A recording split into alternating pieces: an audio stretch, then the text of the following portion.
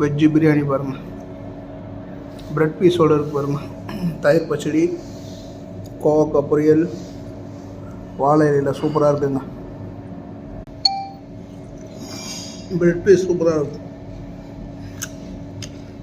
பிரியாணி சாப்பிட்ணுன்னு தோணுச்சு, அதான் வந்துட்டு வெஜிடேரியன் தாங்க.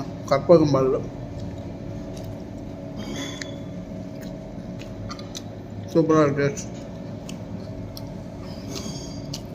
ஆயிலாக நார்மலாக இருக்குது, சூப்பராக இருக்குது.